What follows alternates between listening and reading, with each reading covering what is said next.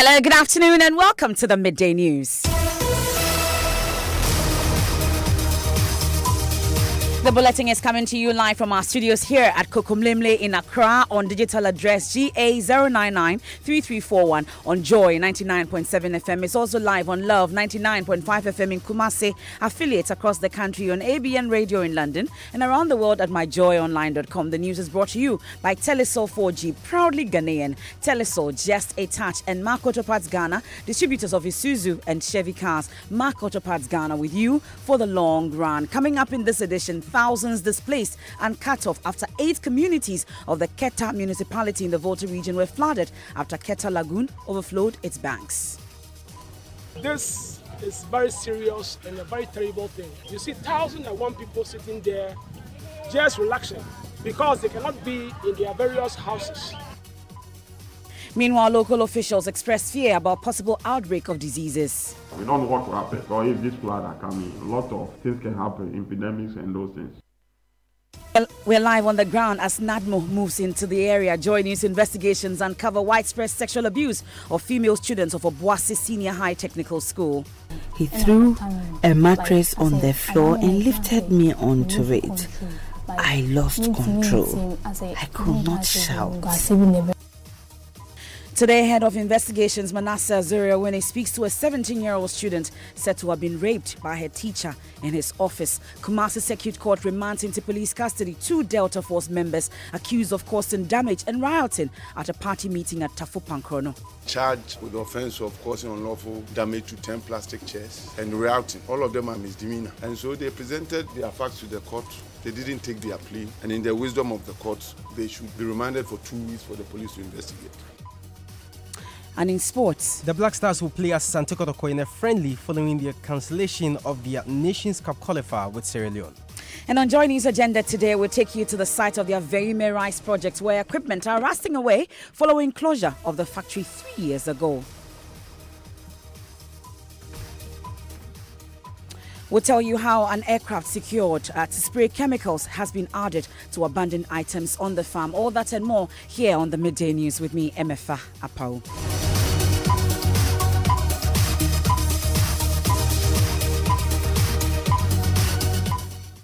And in our very first story, a total of 2,200 residents have been displaced after 8 communities in the Shima area of the Keta municipality in the Volta region were flooded after the Keta Lagoon overflowed its banks. The most affected communities include Blemazado, Aglodokwi and Dosukope.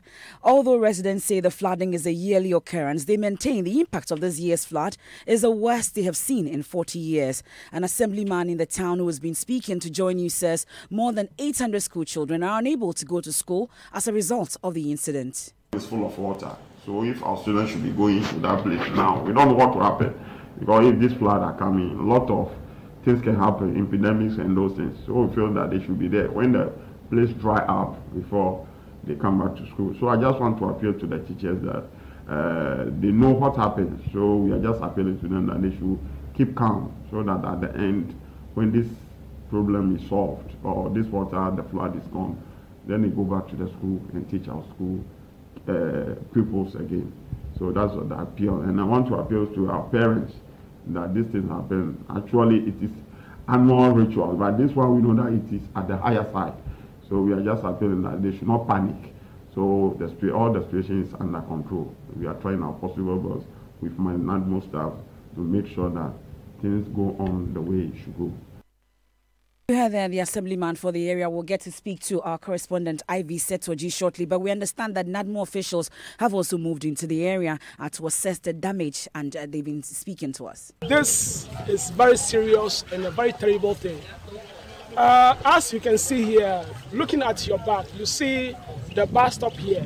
You see 1,001 people sitting there just relaxing because they cannot be in their various houses. The whole house is flooded, including their bedrooms. There's no place in the town that they can sit. That's why they are sitting here at this particular moment. So currently, as you can see, the whole town is flooded.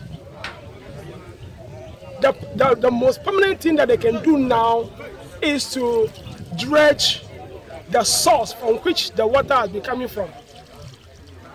And when that place is being dredged down to the main lagoon, then they will not experience this sort of flooding. As you can hear from the people around, this happens about 40 years back. So it is something that they are not expecting that it will happen. So this one, it just happened all of a sudden. And that is it for now. So what are you doing currently to help the situation as NADMO? Yeah, we have written report to our regional office for assistance. We make some suggestions to them. For instance, we are asking that they should let the central government know of their plight. It is not a matter of giving them a relief item. It's a matter of solving the kind of problem that they are facing now. That is dredging the place. You heard there NADMO officials interacting with correspondent Ivy Setoji, as she will surely join us with the latest update here on the Midday News. But away from that, Joy News investigations have uncovered what appears to be widespread sexual abuse of female students at the Obuasi Senior High Technical School. A first-year student is said to have been raped by a head teacher in his office during prep hours after he had convinced her to study there. Joy News has learnt the student, who we have chosen to call Equia, is now unable to go back to school as a result of the intense stigma she faces on campus. Head of our investigations team, Manasseh Azuria-Winnie, was there and reports the practice is common in the school. She went to study during prep hours, but while her colleagues were learning, a teacher who is about 3 times her age forcibly had sex with her in his office. That's the story of Equia, not her real name, a 17-year-old student of Obuasi Senior High Technical School. Equia says the teacher, Seth Amponsa, assigned her to sweep his office and asked her to study in his office at night when students were supposed to study on their own in the classrooms. She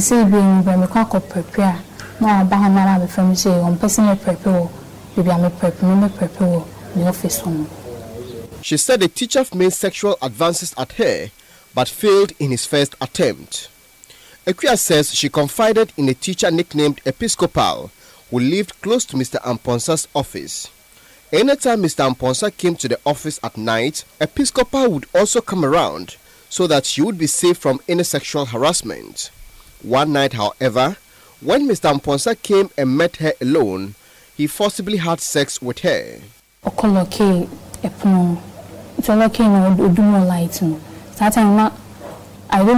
the door and put out the light. It was as if he was prepared. He threw a mattress on the floor and lifted me onto it. I lost control. I could not shout.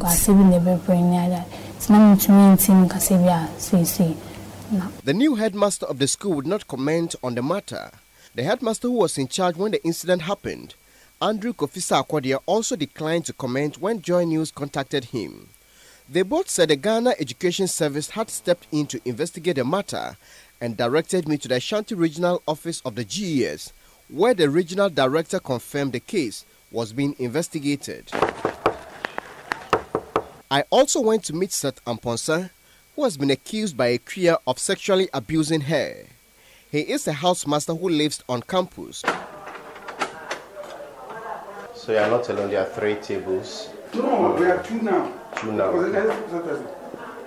I think he would not grant a recorded interview, but he took me to the office where he was alleged to have had sex with his student and spent about an hour explaining his side of the story. He denied having sex with Equia. He said some teachers of the school were envious of the many positions he held and had connived with the student to tarnish his reputation. He said even though the girl in question was beautiful, it was ridiculous to suggest that he could have sex with her in such a stuffy office when he could have taken her to a hotel or somewhere else. Apart from his denial of the sexual activity, however, he confirmed almost everything Equia told Joy News. He said he had assigned the girl to sweep his office and added that a house mistress later stopped the girl without explaining to him. He also confirmed he allowed the girl to study in his office instead of the classroom at night. He admitted he bought food from town for the girl and gave her money sometimes. Equia also said the teacher gave her an old mobile phone through which he communicated with her. He told me he had a small phone. He said if he bought me food or wanted to send me, he could call me. Seth Amponsa denied giving Equia the phone, but said the girl could have taken it from his office because he had seized phones from students which he kept in his office where Equia had unfettered access. Asked why he seized phones from students but allowed this particular girl to use a phone, Mr. Amponsa said Equia often went home and he wanted to check up on her. Equia also said a senior once seized the phone and the teacher confronted a senior, took the phone and gave it back to her. Equia has dropped out of school because of the stigma. His father, however, says he doesn't have the money to pay all over again for her to start a new school. I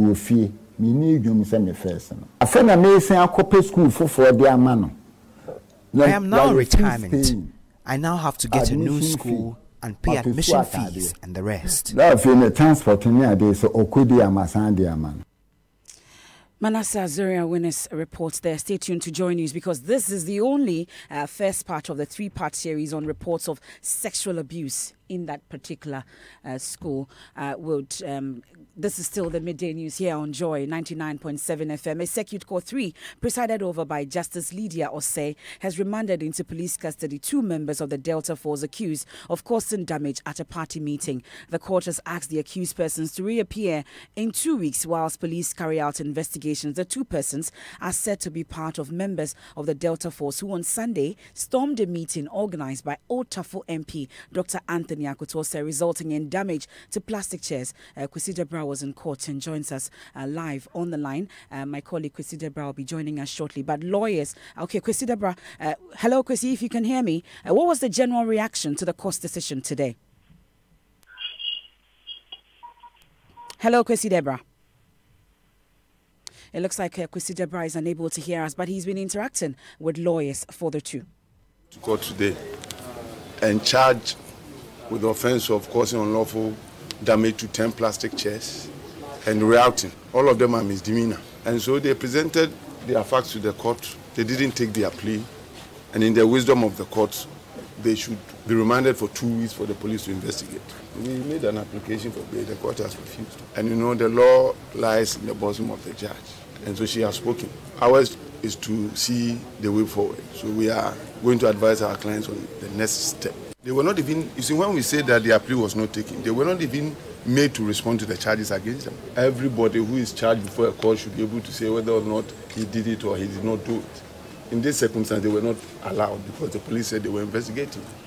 And so that is why you see me disappointed. And secondly, I thought that the offenses charged were misdemeanor. Even if the court is convicting them, he will not put them in prison. He will just find them. And so you haven't heard them. And you're asking them to go to remand prison. I mean... Mr. Kwesi, there's a lawyer for the 2 Delta Force members who've been remanded by the Circuit Court 3 in Kumasi. Kwesi Debra will join us shortly with reactions in the court today. But Deputy Commissioner of SHRAJ, Richard Quayson, says the current practice where people are handed lengthy custodial sentence for what he calls minor offences in forms of such as stealing of goats, foodstuffs, among others, must be addressed. He's been speaking at a forum on non-custodial sentence where the story of an inmate jailed together with her mother and sister and her little daughter, who is few months old, was shared. The Commission, on the basis of these findings, has consistently advocated alternative sentencing for persons who commit minor or petty offences. The Commission's reports have over the years buttressed the need for non-custodial sentencing regime, particularly for detainees in vulnerable situations such as young persons, the elderly, chronically ill, pregnant and nursing mothers, and of course, if even the person is not nursing the baby, but as very young children cannot afford to have anybody look after them, we may have to look at how such persons should be being held in custody. You heard the Deputy Commissioner of SHRAJ, Richard Quayson. My colleague Joseph Akaple is at that forum and joins us on the line. So Joseph, aside his concerns, what will his office practically do to effect his recommendations? In fact, MFA, he explains that they have been pushing for this particular bill to be passed from as far back as 2004. And this, the Post Foundation has come out with a draft bill for that. They are willing to work with them, but they believe that the onus lies on the government that needs to get a bill to Parliament to have it passed for non-custodial bill or a law regulating that to be in place. But we understand the Chief Justice herself is also at this forum. Has she been speaking, and what exactly has she been saying about this? she spoke directly to the story that was shared, and she says it's a situation that she thinks could be quickly remedied by the courts when application is made at the High Court. So she wants the foundation to take up this matter quickly. Sometimes one of a great concern of mine is how that that statement in the Bible, for the lack of knowledge, my people perish. You know, it pervades almost daily life, because as she was speaking and the scene was being given to us, that's what I was whispering to him, that you know what you should do. Because when a sentence is passed, there are two things that can be done. One, there can be an application to the supervising High Court judge, especially this must have been a magistrate court or circuit court action. So there can be an application to the supervising High Court judge to review the sentence, not the conviction, but the sentence. Or there can be appeal. Appeals take a longer time. These applications can be within 48 hours. So I think your paralegal person should even have been able to draw up. You heard the Chief Justice Sophia Akuffo. Let's go back to Kumasi and join Kwesi Deborah, Love FM's Kwesi Deborah. He was in court today, and we told you that the court presided over by Justice Lydia Osei has remanded into police custody 2 members of the Delta Force. We heard from the lawyers who are not satisfied with that ruling. But Kwesi, what was the general reaction to the court's decision? MFA, unfortunately, we couldn't find any member of the Delta Force around. We were informed they couldn't make it. Only family members of the accused. But we managed to speak with some of the party executives who were clearly disappointed at the party hierarchy for the non-intervention, because they believe it shouldn't have ended up in the court in the first place, and where it has come to is enough and they should intervene. MFA. And you spoke to the lawyer as well. We heard him. What specific actions is he hoping to take against this decision? Well, that's the counsel of the accusers, William Kusi, and he, in the first place, refused the plea that ordered them to go for 2 weeks remand, because he's saying that these charges are demeanors. Hello? We're listening to you. Yes, we spoke with him, and he says these charges are this demeanors, and they don't warrant such a remand. He thinks a 1 week remand will be okay. You heard there my colleague Kwesi Deborah. This is the Midday News. You're on Joy 99.7 FM with me, Emefa Apawu. Still to come on Joy News Agenda today, we'll take you to the site of the Very Rice project, where equipment are rusting away following closure of the factory 3 years ago. If you are continuously using it, it will not be rusting like this, because there's a constant heat that is going to the system. We'll tell you how an aircraft secured to spray chemicals has been added to abandoned items on the farm. And as Mental Health Day is observed globally today, a psychiatrist is warning parents who wake their children early to prepare them for school may be exposing them to mental illness. But the parents say they are helpless. This is the money that is going to take care of the children to be happy. I take them to school early in the morning. I come to church, to my shop, because their school is North Kaneshi and I'm here in Kotobabi. So around evening time, I'll be rushing to go and pick them. More on that coming up shortly after the break.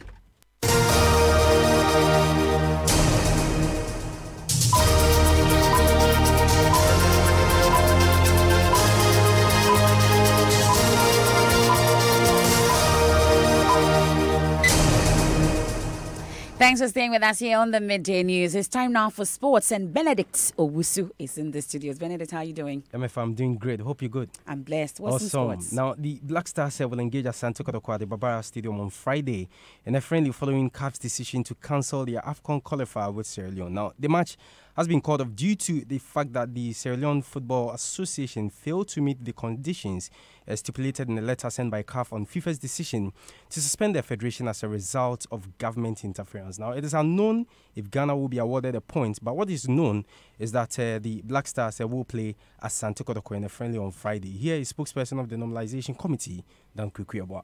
We had the final confirmation from FIFA and CAF last night that Sierra Leone couldn't meet the deadline. They couldn't meet the conditions set by FIFA. So the match has been cancelled.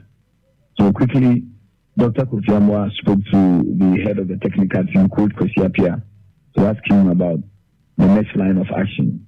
And Coach said he would rather prefer playing a friendly game to assess some of his players than to allow them go for free. So they held a discussion with Kotoko officials last night. And this morning it has been agreed that the Black Stars will play Kumasi Asante Kotoko at the Bayara Sports Stadium, God willing, 4 p.m. Friday. All right, so that's Dan Kukuyawa. He's spokesperson of the Ghana Football Association Normalization Committee. Also, I've got some news for Accra Hearts fans. Patrick Razak has completed his move from the club to Guinean side Horoya after signing a 2-year deal. That's your sports. Thank you very much, Benedict. Now let's head to Aveime, because the Aveime rice factory was revived years ago to produce a good volume of Ghana's rice demand. But after its closure 3 years, the factory is said to be rusting away. Joy News reporter Joseph Opoku Gakpo reports the decaying items on the farm include an aircraft secured to spray chemicals. The company was revived in 2007 following long years of dormancy after it first collapsed as Quality Grains Company. At the height of its operations, the Prev Volta Limited, known popularly as the Aveime Rice Factory, employed more than 300 people on its farms and rice milling sites. The company produced almost 9,000 tons of paddy rice a year, which it sold under the brand name Volta Rice, with jasmine perfume and Tira varieties. The company closed down eventually in 2015. Heavy-duty machinery used on the farms are all sitting down idle. Irrigation pumps, equipment for planting, harvesting, dehusking and polishing of rice are all deteriorating. Planting and plowing tools as well as an aircraft that was used for spraying have all been left without use. The 3,000 metric ton storage tank for rice is rusting away. If you are continuously using it will not be rusting like this, because there's a constant heat that is going to the system. So the oxygen does not attach the metal to react with it. Inside the processing facility are world-class equipment left to rot. They are not in good shape. Some have been left at the mercy of the weather. But in a related development, former Trade and Industry Minister Dr. Akosua Gabra says government has shown it is not serious about its industrialization agenda. Industrialization agenda doesn't make sense if you have a factory sitting down already, like Commander Sugar Factory, which simply needs government prioritization and government focus to work, and the government is not allowing you to work. That cannot be a basis for saying that the country is serious about industrialization. One district, one factory. After 18 months, not one factory has been built and not one factory is producing. So there may be 10, 20 factories that they are trying to build. It shows a slow progress in this matter because the whole One District, One Factory initiative was apparently lodged in a certain ministry that reported to the presidency, rather than possibly being lodged at the Ministry of Trade and Industry, where the right experts and civil servants who have the right orientation are located. So that may have slowed down the One District, One Factory initiative, for example. And so due to all of that, one cannot say that NPP have begun on any serious industrialization agenda. Dr. Akosua Gabra. It's time now for fact-checking. Today we are focusing on some claims made by Deputy Information Minister Pius Hajide on the state of economy in 2016 when he spoke on Top Story last night. Raymond Akwa joins me with more on these claims and verdicts. Raymond, let's start with the Deputy Minister's claim on GDP growth rate for 2016, which he said was lower than that of 2017. When he was living in 2016, it was a meager 3.7.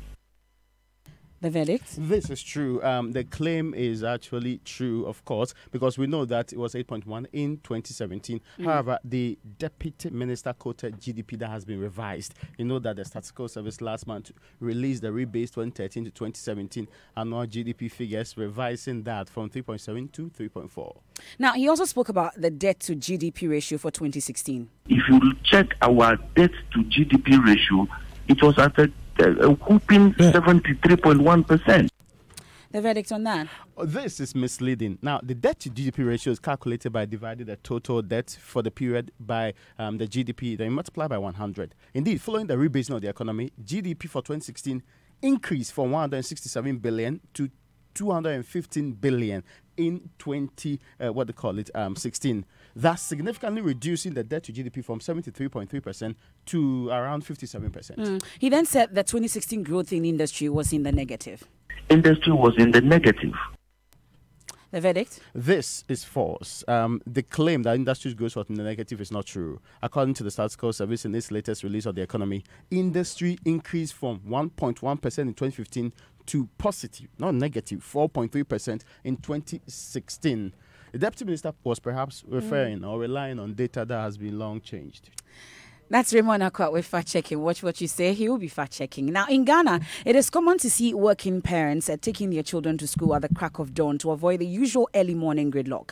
But now, a psychiatrist is warning parents who wake their children early to prepare them for school may be exposing them to mental illnesses. As Mental Health Day is observed globally today, we've been analysing head of the Ankerfo Psychiatric Hospital, Dr. Kwejo Mafo Obein's warning, as some parents say they are helpless. Maxwell Agbagba has more. Well, our current social structure is very, very unhealthy for children. The general family structure is not healthy. People are living very long distances from where they work, and their children are going to school far away from where they live. This means that the amount of time spent at home as a family is very, very, very short. Psychiatrist at the Ankerfo Hospital, Dr. Kwejo Mafo Obein, explaining how, in a bid to satisfy the pressures from work and sending their children to school, parents are being compelled to take their children to school at odd hours. He's warning parents spending little time with their children can have serious implications for their mental health. Some teachers agree. 2017 National Best Primary Teacher Faustina Cops narrates how some parents drop off their children at school as early as 5 a.m. In that case, the mother was dropping the child around 5 o'clock, 5:30 a.m. Yes. And so one of the vendors, school vendors, she actually comes to put up the place, set up before she comes, and so she complained. She made a complaint to me because anytime I get to the school, early hours of 6, the boy would be in school. And so I had to invite the mother over, and I'm like, why? So 5 a.m. who is there? Nobody's nobody, around. and nobody. So how is this affecting the children's academic performance? Faustina Copson explains. What normally happens is you realize that they feel sleepy whole day. Sleepy. Any chance they want to just close their eyes and then sleep. Whether you're teaching, whether they have to work, evaluation, whatever, there's any chance they just want to sleep. However, some parents say it will be difficult to change the wake-up time of their children as they have to beat the early morning traffic to get to work. 5 a.m. in the morning. Wow. Yeah. Disturbing. You know, kids early in the morning like that is very disturbing. But then what can you do? You have to wake them up and then see them to take their bath and then take them to school. You have to beat the traffic too. Yeah, so that they can get to school early. So it's very difficult, but then that's their future. So there's nothing you can do about it. You need to understand those things and position yourself, because stress is about the mind. So it is true that you need to wake up very early in the morning. It's interesting, but what can we do as parents? We need to wake up early, and school starts early as well. And guess what? The birthday girl is in the studio with what's trending on social media. Let me try this. Usuku Olumnandi Lukuzawa. That is good. Happy birthday, Happy birthday. Thank you, thank you. What's trending on social media? I guess you're trending as well. But I'm not trending. Come on. Hashtag World Mental Health Day is trending. And at Alexis says, feeling anxious makes you human. Feeling depressed makes you human. Seeking professional help is wonderful and not something to be ashamed of. Taking meds is very good and not something to be ashamed of. You are loved. And as Toby Tyrant says, it's hashtag World Mental Health Day today. Remember that even the happiest and most confident people you know have days where they lose faith in themselves and don't get comfortable in their own skin. Everyone is fighting their own battle. Let's help each other out. Yeah, that's Happy Mental Health Day. And for you, Maps, I wish you the very best in life. May the lines fall for you in pleasant places. Happy birthday. And that's it for the Midday News here on Joy 99.7 FM. There's more news when you log on to myjoyonline.com. I am Emefa Apau. Thanks so much for your company. Have a good afternoon.